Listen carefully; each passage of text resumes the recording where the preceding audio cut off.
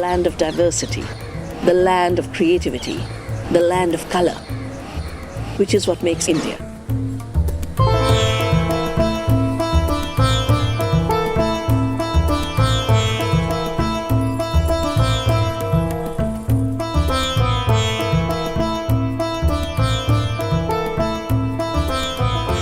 My name is Ska Keller.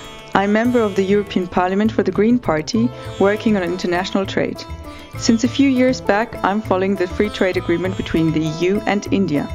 Negotiations started in the year 2007, and 2013 will supposedly bring a big breakthrough. However, there are doubts on if the agreement really will benefit both sides. Opponents of the free trade agreement point to the negative effects, especially for poor people in India. I went to India to meet with the people on the ground. The EU's main interest in this trade deal is getting access to a growing market for European goods and investors. But what is in it for India?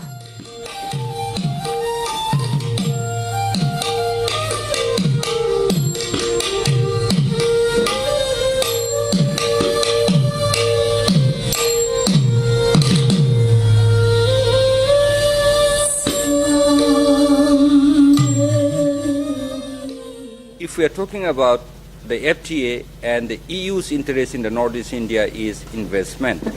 Investment in mining, investment in extractive industry, in water, etc.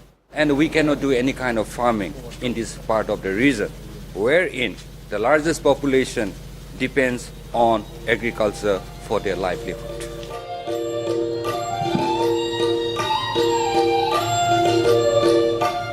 Investments are an important part of the trade agreement. Investors from the EU are supposed to get easier access to natural resources and the Indian market. This is supported by far-reaching investment protection. For example, investors could sue the Indian government for making laws protecting health or the environment if those laws cut into their profits.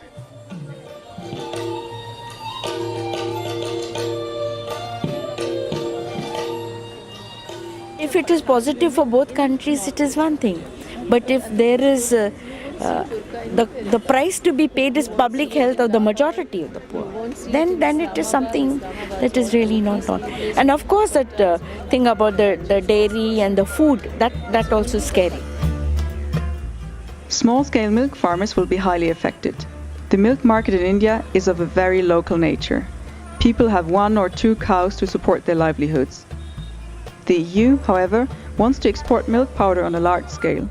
The powder is highly subsidized and will be cheaper than the locally produced milk. Again, many livelihoods will be threatened.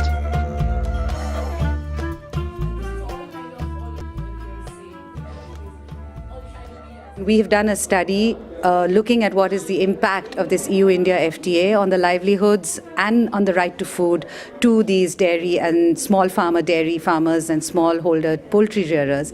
And what we have found is very clearly that if the EU forces India to reduce its import duties to zero, that our entire small dairy farmers are going to be thrown out of their livelihood.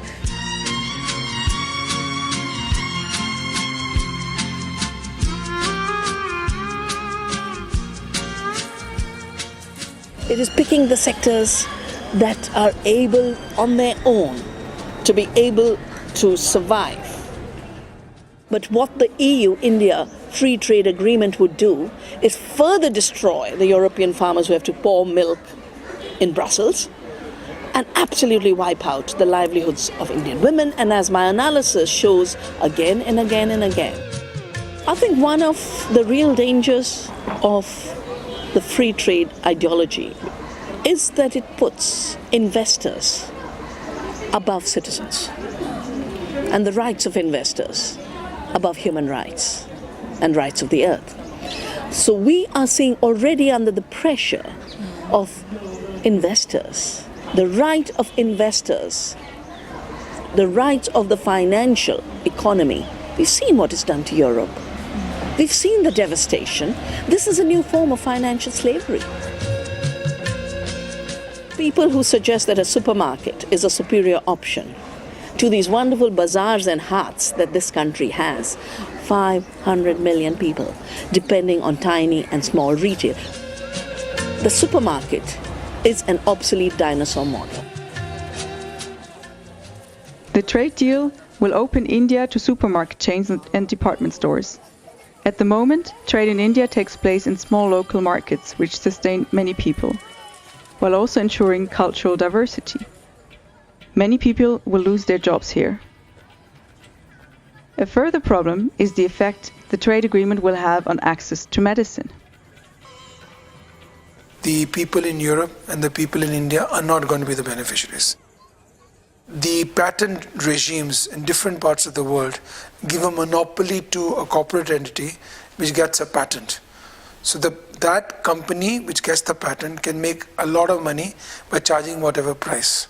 One of the things that the free trade agreement wants is increase the patent term. They exclude any competition.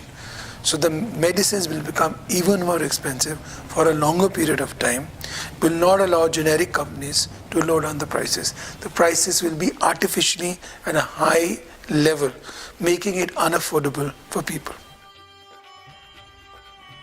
The EU wants India to protect pharma companies and their profits more than it's actually obliged to do under the international trade agreement TRIPS. This will not only cause problems for poor people in India, but for poor people worldwide, since India is producing generic medicine for the whole world. If you work on the quality of generic medicines, they offer you the opportunity to not just treat a few hundred patients, you can treat in thousands.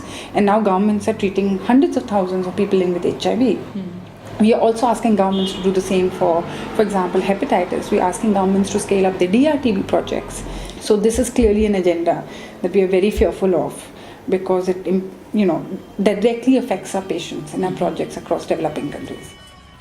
India is already part of a big multilateral trade agreement. So to just illustrate what trade agreements really do, like the TRIPS agreement, we are paying $2,000 for one drug, for one patient in a Mumbai project in the heart of India.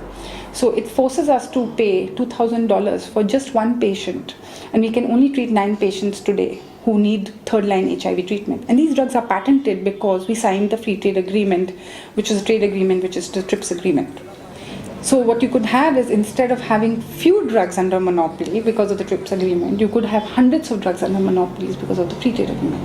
This is why we have to be very cautious. India has to be absolutely cautious in accepting what the European Union is asking it to do in its intellectual property chapter.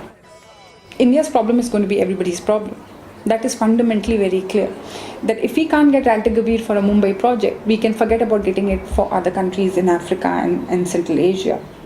But if India sets up production, you always have a chance of being able to source the drug from India.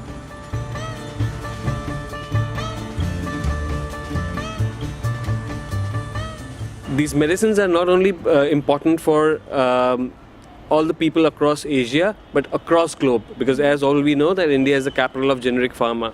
It is very important that we are able to access these medicines, and it'll not be possible for us to go ahead and accept any part which will go ahead and hamper the production of these generic pharmaceuticals.